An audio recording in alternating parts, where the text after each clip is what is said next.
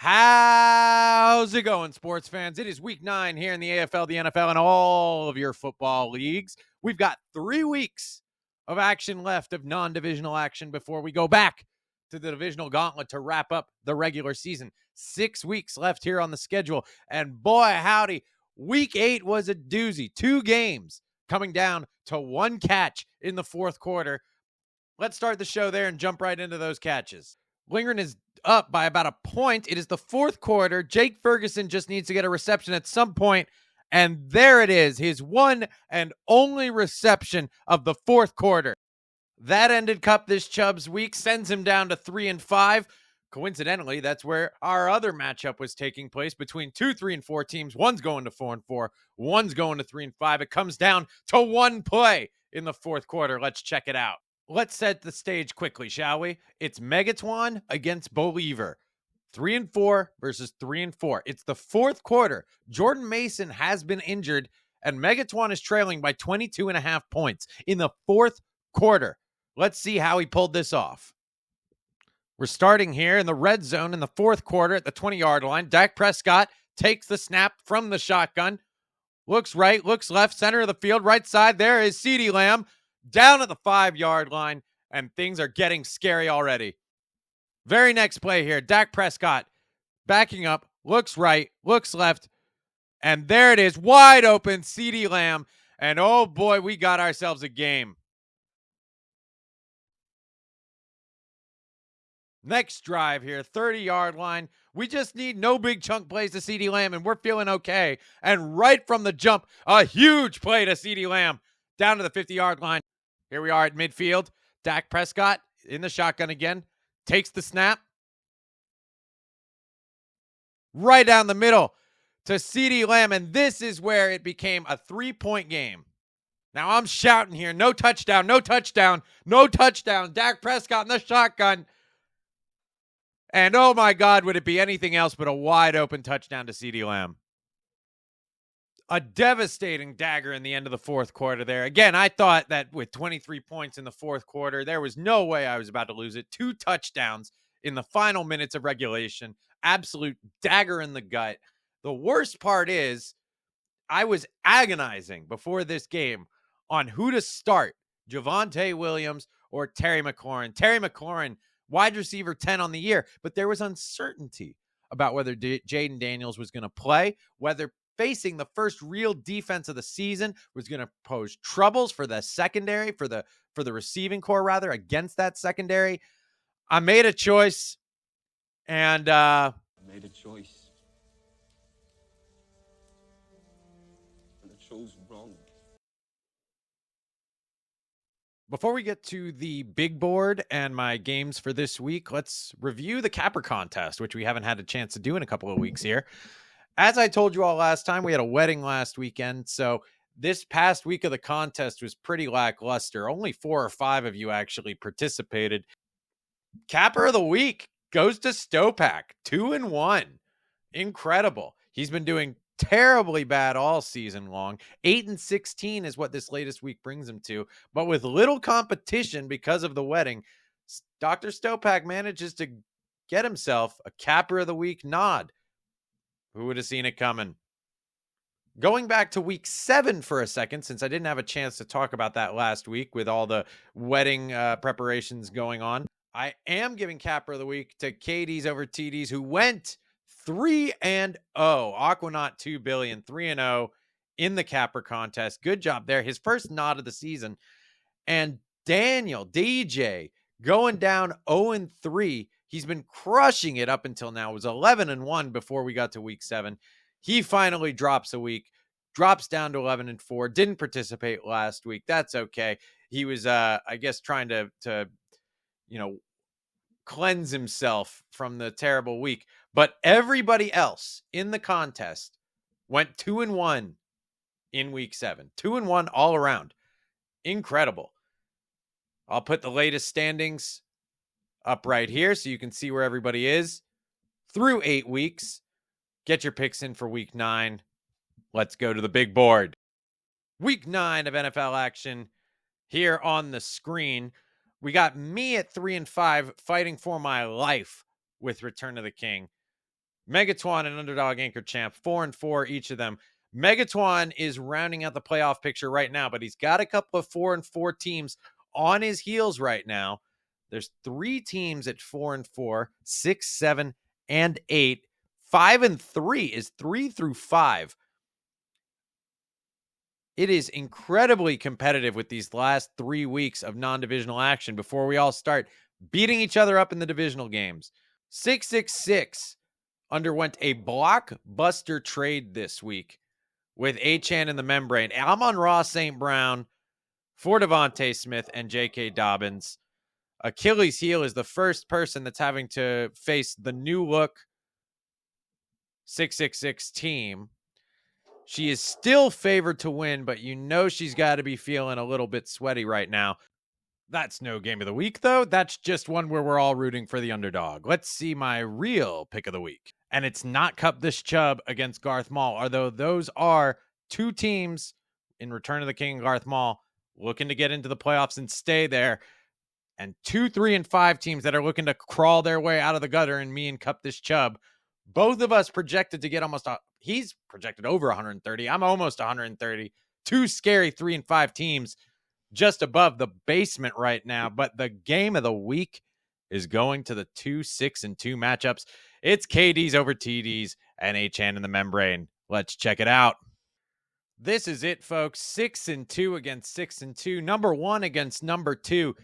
This game is for a 5 week and for the undisputed number 1 in the league. Both of these teams are going to the playoffs. That much is not in question. They're the only 6 and 2 teams. Everybody else is 5 and 3 or worse. KD's over TD's has one of the least amount of points against in the entire league.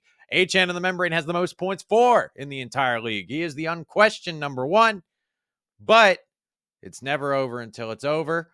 I still think he's going to win this week, go to 7 and 2, lock up that bye week. But KD's over TD's is looking to play spoiler right here.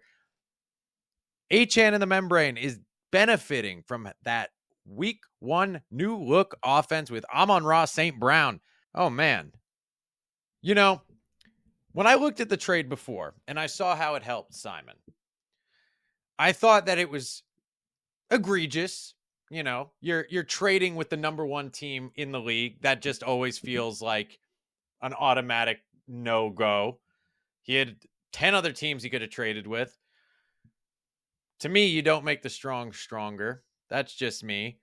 And especially you don't do that when he lost Nico Collins. He lost Stephon Diggs. He was flailing around here, really without much at the wide receiver position. And you give him Amon-Ra St. Brown. 666 better hope that this works out, because if he comes in last after doing this, that relegation seat's getting a little hot there, son. Keon Coleman picked him up off the waiver wire. I dropped him, another alumni of mine going off to greener pastures. This one could be problematic, but the fact is Keon Coleman's got a really tough end of season schedule, so I'm not really too worried about the damage that he could do here. But Amon-Ra St. Brown, just bailing him out here, 666. You better beat Achilles Heel. You better.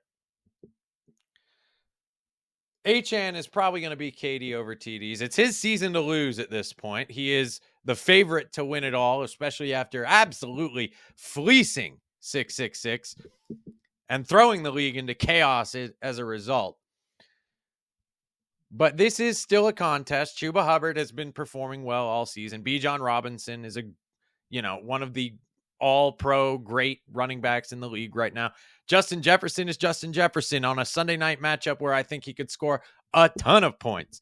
But Elijah Moore in the flex here for KD's over TD's does not inspire a lot of confidence. Dak Prescott, very hit or miss this season. Travis Kelce, very hit or miss this season. Brian Thomas Jr., though, is great. Matt Stafford, another believer alumni. I feel like I've got alumni all over the league at this point. George Pickens and Deebo Samuel on a bye. That hurts this week. And I mean, come on, guys. Nico Collins out. Stephon Diggs out. Devontae Smith is off the team, obviously. But now he's got Amon-Ra St. Brown. We could have been looking at a Devontae Smith, Keon Coleman starting situation here. This just feels much uglier. At least I mean, I guess it reduced some of the depth theoretically, but like he has so many running backs. It didn't matter. Like he took the worst running back on this team and gave it to 666. God, I would have given you a running back. Garbage. Ugh. Honestly, I don't know what to root for at this point. I mean, obviously, I want to see Achane lose. I think he's going to win it all at this point because his team, again, has been boosted to such heights. But now I'm undecided whether I want 666 to knock people out of the playoffs by getting some of these wins, or much more likely, he only improved his team marginally.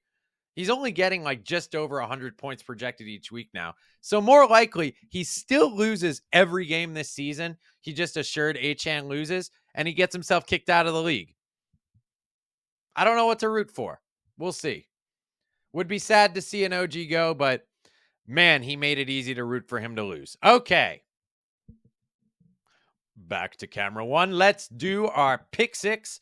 And then in a very special episode of the Antoine and Friends Football Radio Network, I am going to give my prediction for the presidential election, since it is coming next Tuesday before my next episode will come out. But first, the pick six. Last week, I went 5-1 once again. I've hit the quick six once this season, gone 5-1 3 times. Generally, you would be making money if you followed the quick six each and every week of the season. I hope you are playing along at home. I hope you're following the cappers here at home, because we've got an incredible roster of cappers here in this contest right now. Here are my quick six for this week. Starting off with Buffalo -5.5 versus Miami. Love getting Buffalo at less than a touchdown. Tua Tagovailoa and team still seem to be trying to get their rhythm together. The rest of the league is in midseason form. Miami is still playing essentially a week 2 game. Give me the Buffalo Bills. Give me the 5.5. Love being under the key number of 6 here. Number 2, Washington -3.5 at the New York Giants. This one I think ticked up to 4 by the time I recorded this episode, but anything 4 or less I think is a good play here. Washington money line and a parlay I think is a really strong play. The New York Giants offense is terrible. It's terrible. I can see how they can occasionally score a field goal, but getting into the end zone is trouble. Daniel Jones is only starting because they have nothing in that quarterback room to go to, but he is not a starting NFL quarterback. Give me the Commanders. Give me the 3 with the hook on the road. Moving on. Chicago +1.5 at the Cardinals. They lose that unbelievable Hail Mary from the Commanders last week. I think that if they hadn't won that game, they'd be favored by 1.5 in this one. Now they're trailing by 1.5 in this one. Cardinals just came up with a big win against the Dolphins after another big win against the Chargers. I'm fading them, doing it 3 times in a row. Give me the Bears. Give me Caleb Williams. Next, Seattle +1.5 at home against the Rams. Seattle should be favored in this one. No idea. I mean, I guess the Rams do get Puka Nacua back. They've got Cooper Kupp back. This is the Rams at full strength. And yet on the other side, you have NFL passing leader Geno Smith with DK Metcalf back in the fold. New look defense by the Seahawks. Great running game from K9 and Zach Charbonnet in pass protection. I like the Seahawks to win this one outright. Give me the +1.5 as insurance. Next, we have another letdown candidate, much like the Arizona Cardinals. This one is the Cleveland Browns. I like the Los Angeles Chargers with their defense and running game. Those travel to go against Cleveland Browns, Jameis Winston and company. I'm expecting a vintage Jameis Winston game here. Multiple turnovers coming in this one. I'm playing the Los Angeles Chargers defense in fantasy. This one feels like a no-brainer to me. Give me Los Angeles Chargers minus the 1 in the hook. And then finally, this one's a bit of a homer pick. It's not a great bet. I don't think that you should tail me. You might want to fade me. You probably should fade me. Denver +10 at Baltimore. Denver is 5-3, 6-2 against the spread. They are cover machines with Sean Payton and company. Bo Nix is looking like the the third best quarterback in the class. Now, granted, most of the time being the third best quarterback in the class doesn't really mean much, but when you have 6 quarterbacks picked in the first round, being the third is pretty good. I like Bo Nix and the Denver Broncos to be able to keep this to a 1-score game. Give me the Broncos plus the 10. And finally, you didn't ask for it, but I'm giving my prediction for the presidential election that is coming up in just 5 days here. Obviously, nobody knows what's going to happen until the votes get counted, every single last one of them. But I do think we have enough information here. We know the top issues that most voters are reporting in the polls. We've seen enough of the state polls to be able to give an educated guess on what's going to happen. First of all, to the surprise, I think, of nobody at this point, Pennsylvania is going to be the deciding state in this election. I'm projecting that Georgia and North Carolina are going to go to Donald Trump. I project that Michigan is going to go to Kamala Harris. That leaves Wisconsin, Pennsylvania, Nevada, and Arizona up for grabs. But the fact of the matter is that Kamala needs to win Pennsylvania or she's not going to be able to win the election. Elon Musk has essentially moved his operations to Pennsylvania. And look, I know that Elon Musk has become a very polarizing figure, but he's still Tony Stark to a lot of people in this country, especially a lot of the folks out in Western Pennsylvania, where he is coming to these rallies looking like a goddamn rock star. All right. So endorsements don't tend to matter too much, but we all look back to Oprah in 2008, how much that mattered to Obama beating Hillary Clinton. I see Elon Musk as the endorsement in this cycle that actually does have something of an impact. A lot of the celebrity endorsers on the Democratic side are kind of phoning it in. I mean, come on. Beyonce does a rally with Kamala and doesn't even sing a fucking song. What is this? So I think Pennsylvania is going to go to Donald Trump. The ground game for the Kamala Harris campaign is much more robust and well organized than the Donald Trump campaign. But the fact of the matter is, the better ground game does not always win. Just ask Hillary Clinton in 2016 and ask Donald Trump in 2020. The Democrats essentially had no ground game in 2020 because of COVID, and we still won. This time, Kamala's got more paid staffers in every swing state in the country. She's got hundreds of paid staff to, dozens on the Republican side. What is happening with Trump, particularly in Pennsylvania, which is so important to this election. I urge you all to go watch John Fetterman's interview with the New York Times he did the other day, where he gets into this a little bit, talking about the intensity of support for Trump in his home state. I think that ultimately, when the tale of the tape is told, Pennsylvania will be the tipping state, as it is in the majority of models. And I think that Donald Trump is going to win it, and with that, become the 47th president of the United States. But look, despair not, gloom not. I would say that in an election as close to this, whoever is down by a point or half a point going into the final election day might have a little bit of an edge. And that's because of the motivational factor of being an underdog. You do not want your voters to get complacent when it is as close as this is, and then when it is going to be a turnout election like it is. You want your voters feeling fired up and nervous and anxious. That's where you want them to be. So with the polls tightening, with Trump looking as strong as he is in the key swing state of Pennsylvania, it might be that this is the boost that Kamala needs to get over the hump. But right now, I'm giving it to Donnie T. All right. Hate me or love me. I'll see you next time. Bye-bye.